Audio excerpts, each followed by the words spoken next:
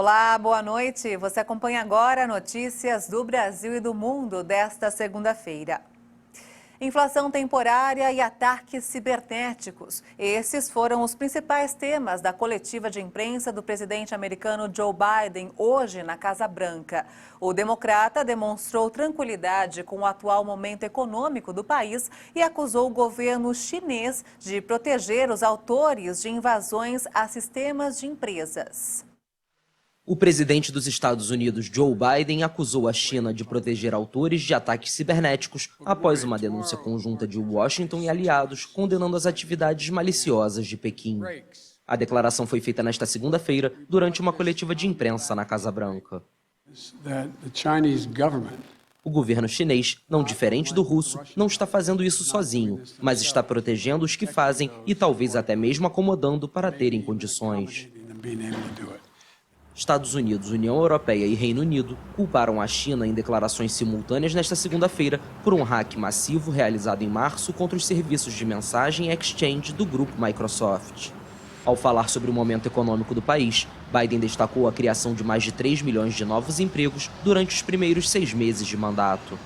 O democrata chamou de previsíveis e temporários os aumentos de preços no país. Também sabemos que à medida que a nossa economia voltou a subir, vimos alguns aumentos de preços. Algumas pessoas se preocupam de que isso poderia ser um sinal de inflação persistente. Mas essa não é a nossa opinião. Especialistas acreditam e os dados mostram que a maioria dos aumentos de preços que vimos são esperados e espera-se que temporários. A realidade é que não se pode trazer a economia global de volta e não esperar que isso aconteça. As declarações respaldam as da secretária do Tesouro, Janet Yellen, e as do presidente do Federal Reserve, Jerome Powell, que reconheceu que a magnitude do aumento de preços surpreendeu, mas que deve começar a ceder em alguns meses. Biden voltou a defender seu gigantesco plano de gastos sociais e infraestrutura, que vai ser submetido a uma primeira votação no Senado na quarta-feira.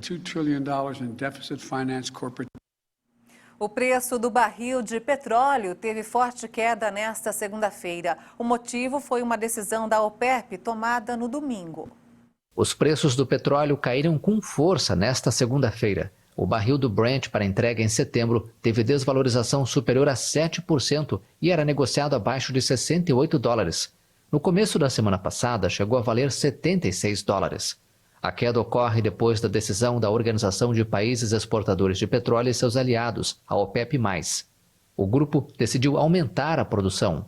A decisão ocorreu no momento em que o avanço de casos de Covid-19 ameaça a demanda mundial. A queda da commodity afetou as ações das petroleiras. No Brasil, as ações preferenciais da Petrobras caíram mais de 2%. Nas bolsas da Europa, nos Estados Unidos e na bolsa brasileira, a sessão foi de queda com o aumento da aversão ao risco. Os investidores estão preocupados com o aumento de casos da variante Delta do coronavírus pelo mundo, o que pode prejudicar a retomada da economia. E agora o mercado financeiro. O dólar fechou em forte alta nesta segunda-feira em meio à aversão ao risco no exterior diante do aumento nos casos globais de Covid-19, o que levanta novas preocupações sobre a desaceleração do crescimento econômico. A moeda norte-americana subiu 2,63% e encerrou o dia cotada a R$ 5,25 na venda. A Espanha enfrenta altas taxas de contaminação pelo novo coronavírus, em grande parte influenciadas pelo número de jovens sem imunização. Especialistas acreditam que apenas vacinando essa população, o país pode evitar um novo colapso na saúde. Vários países europeus sofrem uma propagação da pandemia da Covid-19, apesar das campanhas de vacinação. Na Espanha, as restrições parciais foram retomadas, assim como o toque de recolher noturno em algumas regiões. O Centro Europeu de Prevenção e Controle de Doenças havia informado que o número de infecções pode multiplicar por 5 vezes até o início de agosto e especialistas acreditam que a única saída para frear as contaminações é vacinando os jovens.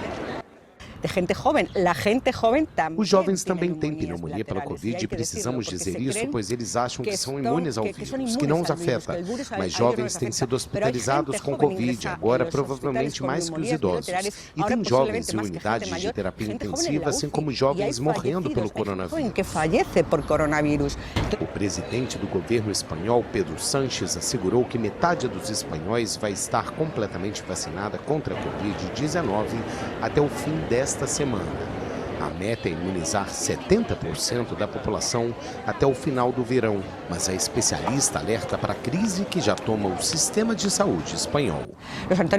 Nós, equipes de saúde, estamos exaustos, sobrecarregados, desmotivados, desanimados, estamos abatidos. Trabalhamos por causa das pessoas, por causa da nossa profissão, mas não podemos continuar mais. Seguimos trabalhando por nossa profissão, mas não podemos mais. A Espanha registra um crescimento acelerado do número de casos, especialmente entre jovens que ainda não se vacinaram, e tem cerca de 8 milhões de cidadãos submetidos a toque de recolher. Mas as mortes estão reduzidas graças aos índices de vacinação. Após o assassinato do presidente Jovenel Moïse, o Haiti terá um novo governo a partir de terça-feira. O primeiro-ministro, que havia sido designado pelo chefe de Estado antes do crime, vai assumir o comando do país. O Haiti terá um novo governo na terça-feira, liderado por Ariel Henry como primeiro-ministro. Ele havia sido nomeado pelo presidente Jovenel Moïse pouco antes de ser assassinado. O primeiro-ministro em exercício, Claude Joseph, vai voltar a ocupar o cargo de ministro das Relações Exteriores no novo governo, que não contará com um presidente e terá a tarefa de organizar novas eleições o mais rápido possível. As informações são de uma fonte próxima ao executivo. Moïse escolheu Henry para substituir Joseph como primeiro-ministro nos dias que antecederam seu assassinato a tiros em sua residência em Porto Príncipe, na madrugada de 7 de julho. Nas horas após o crime, Joseph declarou estado de sítio e disse que estava no comando, desencadeando uma disputa pelo poder na problemática nação caribenha atolada na pobreza e na violência.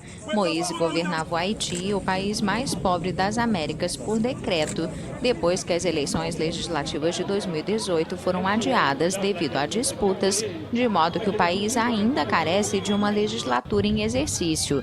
Além das eleições presidenciais, parlamentares e locais, o Haiti deve realizar um referendo constitucional em setembro, depois que a consulta foi adiada 2 vezes por causa da pandemia de coronavírus. Aqui no Brasil, os moradores de Santa Catarina precisaram se agasalhar bem hoje. O frio tomou conta da região serrana e os termômetros chegaram a marcar 4,1 graus negativos durante a madrugada. Urupema, na Serra, chegou a 1,45 graus Celsius negativos. Houve registro de temperaturas negativas também no oeste. Em São Joaquim, a menor temperatura foi de 2,6 graus Celsius negativos e houve cincelo. O cincelo ocorre quando o nevoeiro congela ao tocar as superfícies, por causa do frio intenso.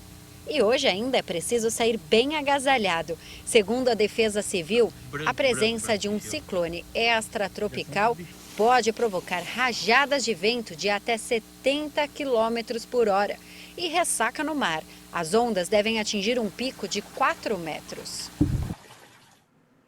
E vamos ver agora a previsão do tempo para amanhã em todo o país. Por causa do avanço de uma forte massa de ar de origem polar, a semana começou congelante no centro e sul do Brasil. A chuva segue concentrada nas áreas mais ao norte do país e amanhã, a terça-feira, não será diferente. Tem previsão de chuva na faixa norte do Brasil, principalmente em Roraima, onde ainda chove de maneira bem volumosa, e ao longo de praticamente toda a costa do Nordeste, inclusive com a chuva aumentando na faixa leste da região. Nas outras áreas do Brasil, o tempo segue seco. A terça-feira vai ser mais um dia muito frio pela manhã, com geadas em Porto Alegre, já que a mínima prevista é de 4 graus e a máxima não vai passar dos 16 graus. Rio de Janeiro vai amanhecer com 11 graus e a máxima não passa dos 21. Já em Salvador, mesmo com chuva, a máxima alcança os 28 graus. E essa edição termina aqui. Você acompanha outras informações durante a nossa programação. Uma boa noite para você e até amanhã. Tchau.